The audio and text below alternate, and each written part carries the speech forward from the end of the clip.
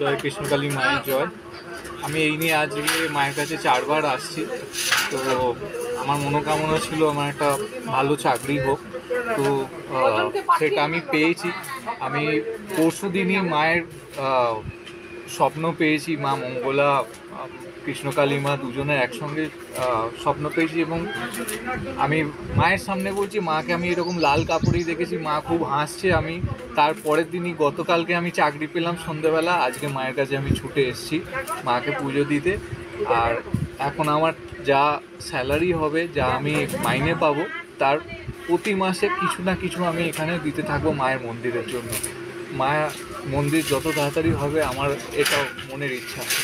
এবং সকল ভক্তদেরও আমি, সকল দর্শকবৃন্দদের অনুরোধ করব মায়ের চ্যানেলে, যে আপনারা যেরকম যা পারবেন, মা কোনোদিন মুখ ফুটে বলে না যে আমায় এত দে। আপনারা শুনে থাকবেন অনেক জায়গায় অনেক রকম চেয়ে থাকে।